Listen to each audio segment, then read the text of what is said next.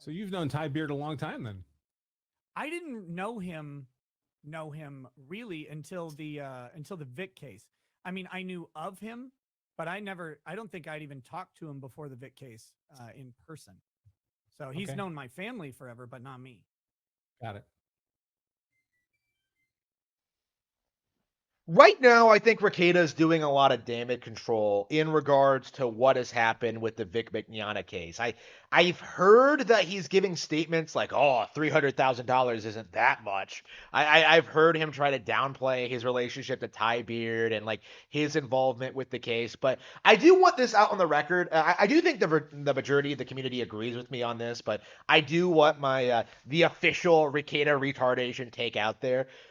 This is entirely Nick Rekieta's fault.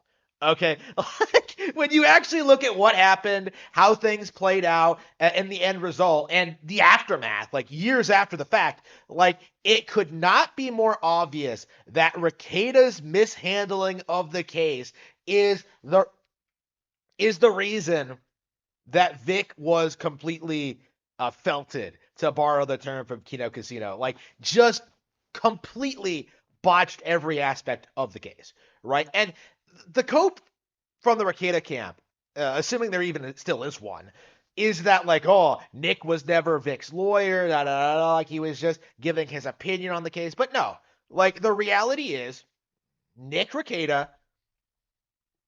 negligently referred his friend Ty Beard, who we now know is incompetent and has no history with defamation cases. He referred Ty Beard to Vic Mignogna because he knew that Ty would be willing to come on the show and talk about the case. You know, this was a grift right from the get-go. Like it had nothing to do with Vic. It had nothing to do with like the issues at Funimation or the anime localization industry or the fans or anything. Like this was just a way for Nick Rekieta to build an audience by taking advantage of naive weebs who know nothing about the law, nothing about the localization industry, nothing about the case really, and just telling them that Vic was wronged, right? It's obvious to everyone. Once we get this in a court, like the judge is gonna look the accusers right in the eye and tell them that they owe Vic millions of dollars, right? Vic's gonna get his job back at Funimation. We're gonna win this case. Da, da, da. Like, you know, he had Ty Beard, he had like the Amazons, he had like all of these people coming out like saying the same thing, like, oh, we're gonna win the case, bro. We're gonna win the case. Like, Funimation is coping and seething. Like they did this over and over and over again on a live show, right?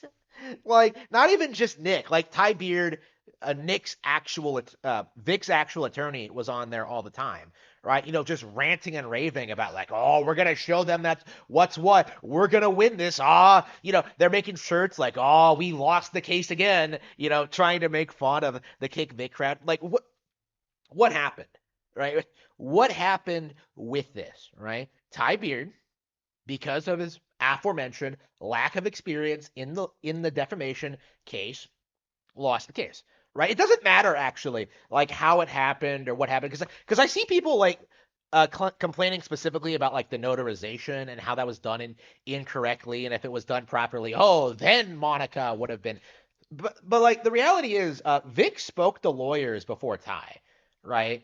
And they told him that winning the defamation lawsuit would be very, very difficult and wasn't worth pursuing. And with the power of hindsight and my limited understanding of the law, like I feel like those people that Vic talked about to had a more realistic like idea of what was likely to happen in this case, right? Because like I knew going into this that this would be a long shot, right? You know, I knew that like Vic was never really going to get his job back. I knew there's going to be all these issues and proving all this stuff, and like, you know, you have like the social bias, you have like the company, you have like all these issues that are preventing that allowed this to happen to begin with, right? Like I knew that this case would be difficult to win, right? But it wasn't about that, right? Like it was about like really going out there and like showing people that, the fan base still supports Vic, he still has an audience, right? Like he's gonna have a career after this, da da da. But like Nick Rekieta, like really took advantage of people's goodwill, right? People Rekieta really did fool a lot of people, I suppose, including me, that like Vic was going to win, right? That we were gonna like show all those people what's what. We were gonna put them out of business, da da da. Like it was all just bluster, right? It was all just telling people what they wanted to hear, right? And I think looking back on it, it couldn't be more clear that Vic put his faith in the wrong people, right? He decided to rely on people who said they were going to do everything he wanted, that they were going to get a W in court, that they were going to do this, and like the reality is that was never realistic, right? I think Vic put way too much trust in these people, right? And that's not entirely on him, right? Like he's an actor, he doesn't know anything about the legal system, presumably, right? There's this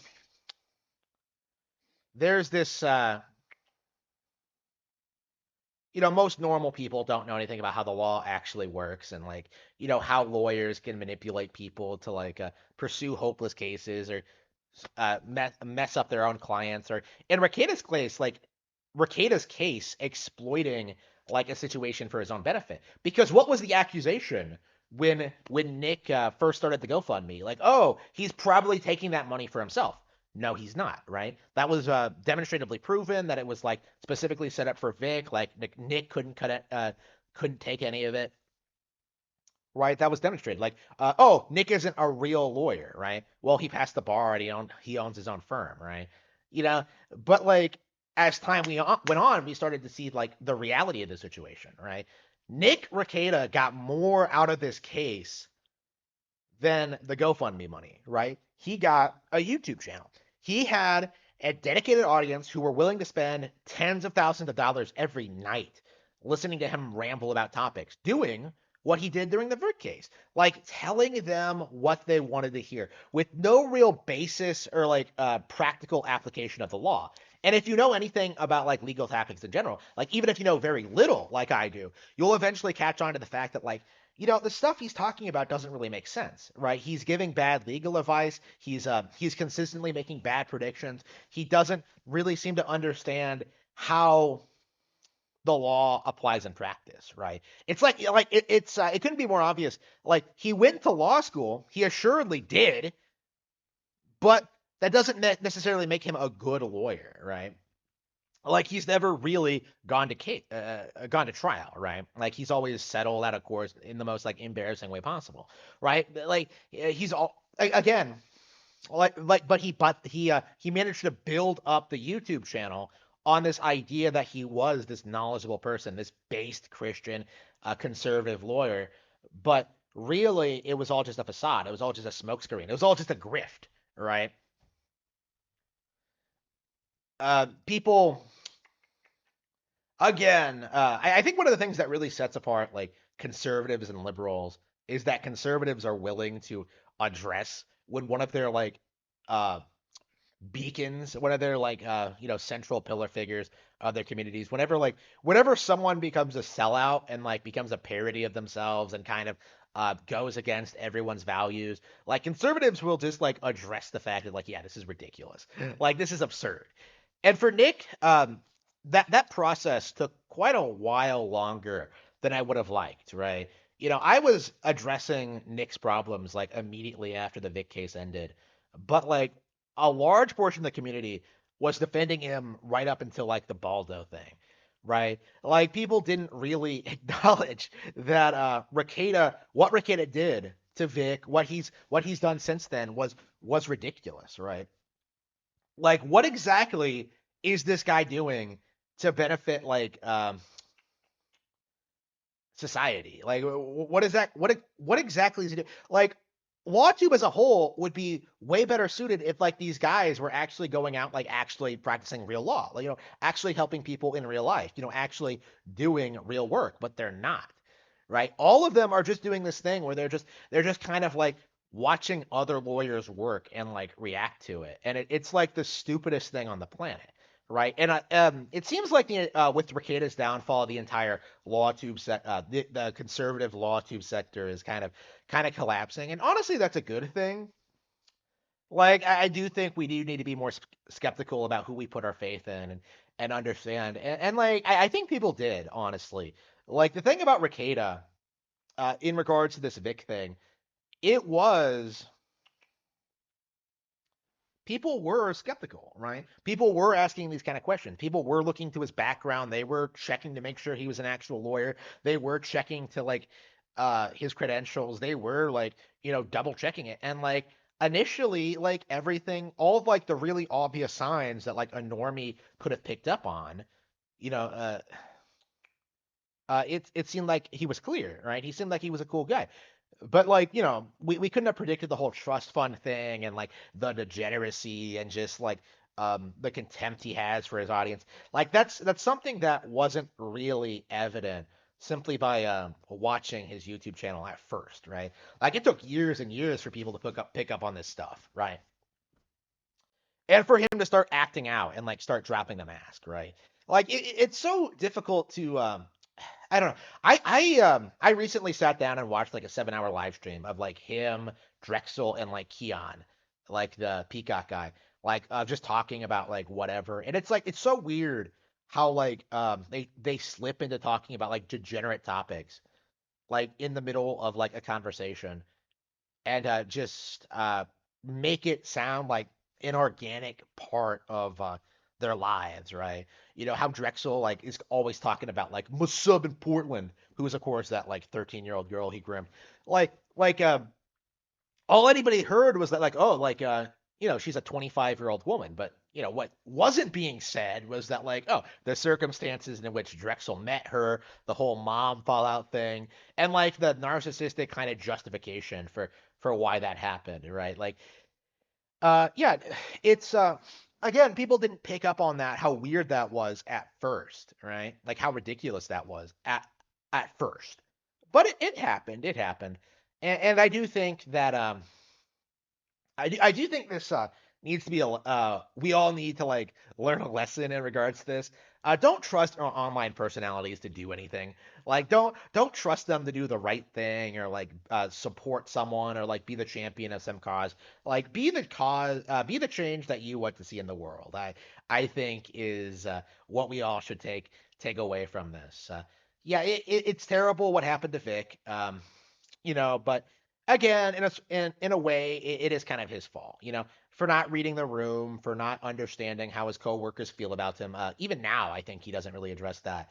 Not understanding the legal system, putting his faith in the wrong people. Yeah, in a way, like yeah, he did deserve the L, even if he didn't actually do anything wrong. But still feel bad for him. Could have done a lot more, I think. Like